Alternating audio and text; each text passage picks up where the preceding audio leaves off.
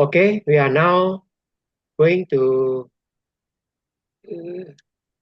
October, November 24, variant 41. Okay, got a question paper? Long State Newton's law of Long. gravitation, Oh wait, October paper what 41. Paper 41, October, November. October, November 2024, variant 41. Okay, I got it. State Newton's law of gravitation. Try without looking at your answer to help you memorize. Okay,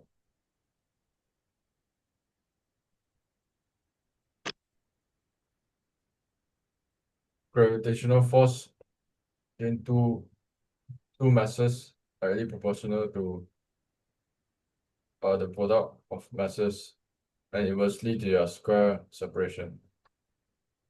Okay. Important is gravitational force is directly proportional product of masses. The force between point masses, this is the key point. Point masses is inversely proportional to the square of the separation. I can combine them into one sentence. But marking scheme, they'll be looking for all this one. That's your 2 mark. A planet may be considered as a uniform sphere.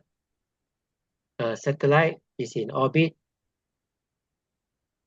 of period T around the planet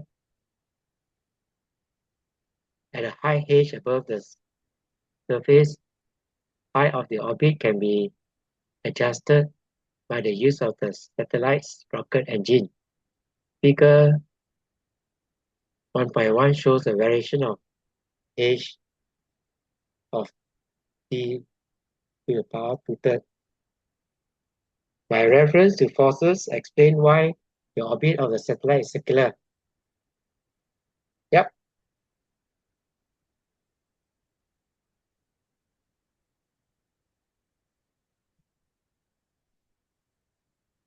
Yep. Why? Gravitational force acts perpendicular to the direction of motion of satellite.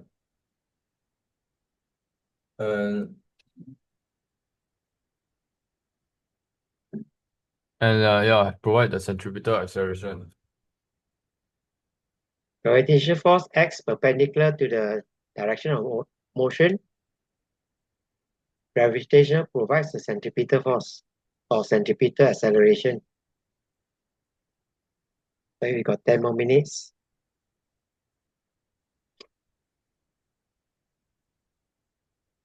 Most likely they will ask you to find gradient, so you have to read this point. As I say, it's better to read this point. I can straight away use it. Use Newton's law of gravitation to show that h and t are related by the equation where g is a gravitational constant, a and b are constant that depend on the properties of the planet. Right? So basically ask you to derive the formula. Gravitational force provides centripetal force. So that is your gravitational force. That's a centripetal force. Then replace your V with this one. M and N cancel off. R and R cancel off. Right? You still got one R here.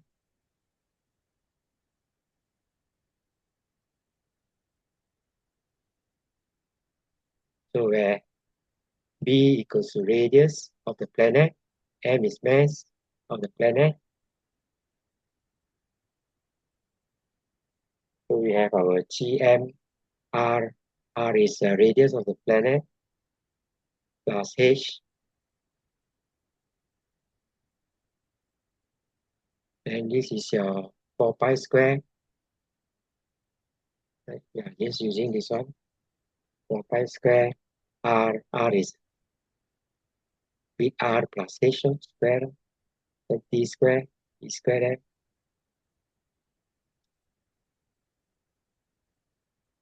Right, so as we compare that, we can see that B is R, and then A is mass of the planet. Use the gradient and the intercept of the line in figure 1.1 to determine the value of A and B. Give unit your answer. Right? That's what we have derived. Right? We write in this graph form T to third, T to third.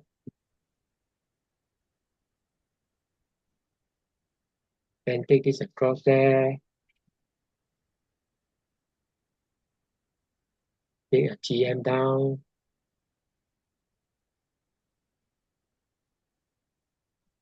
You basically you cube root the whole thing. That's why you get T to third.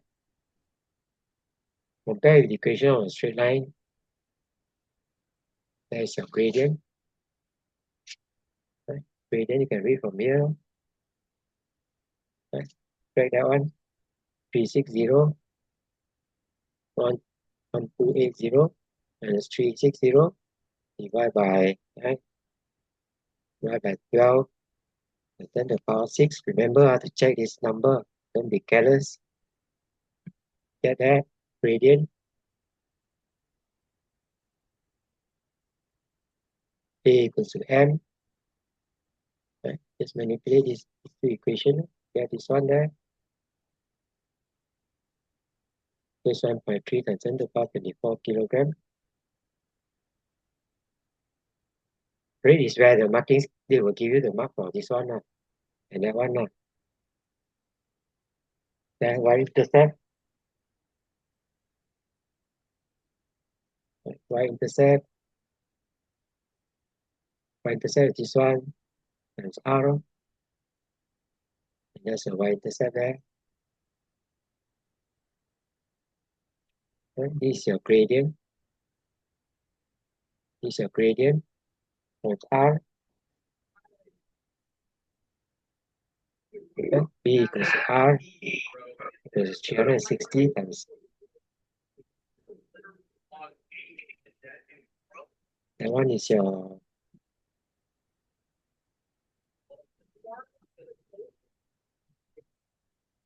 gradient over here.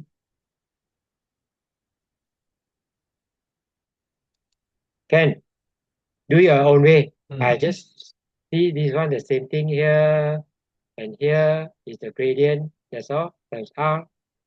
Then I want to find R. I take the gradient down. That's why I have the gradient is this is a gradient. Okay. Right.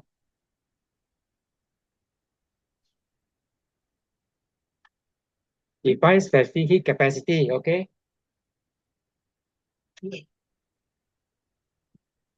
Want to try? Heat capacity.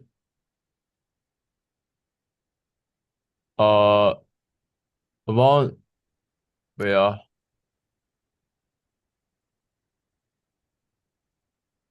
Oh, this was by your fingertips. Free mark for you to remember. Thermal energy required where? Q equals to MC delta theta. Just define your C.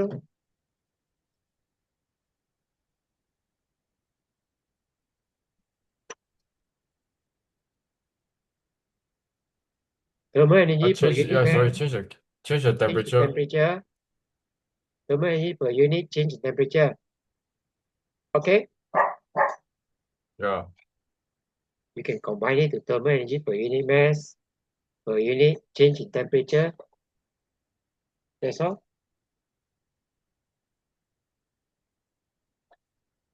Two solid blocks X and Y are made of different metals. The blocks are different initial temperature. Different temperature. Block Y is initially at room temperature. Right, room temperature is 25. Blocks are placed in a direct thermal contact with each other at time t equals 0. Figure, right, as your figure in the graph shows the variation with T of the temperature of two blocks. There's a temperature, there's a time. Stage 3 conclusion that can be drawn from figure 2.1. The conclusion may be qualitative or quantitative. Quantitative is calculate lah. Qualitative you just observe from the graph. Okay, on the try. Oh, they both finish at 40. Right? 3 conclusion. Can Yeah, they both end up at 40.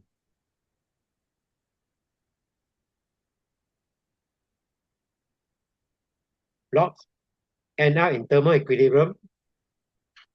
Right? That's why it has the same temperature. That's what it means. No heat loss to the surrounding. Right? Because there's concern with your heat loss to the surrounding. This one will start to decrease also.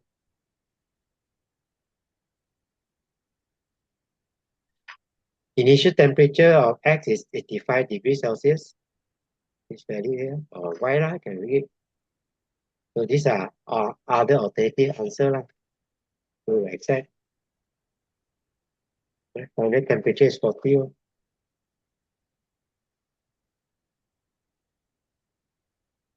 Ratio of anytime may be cut off lah. Ratio of mass of block Y to mass of block X is equals 1.3. The metal block Y has a specific capacity of 901 joule per Kelvin per kilogram per Kelvin. Determine the specific heat capacity of metal X. Metal block X. Let's use this formula. What is given? Energy gain by Y, energy loss by X equals to 1. Thermal equilibrium. What you gain and what you lost is the same. The conservation of energy, so it becomes 1. So my times 907 times 40 minus 25. 40 minus 25. X is energy loss. Energy loss will be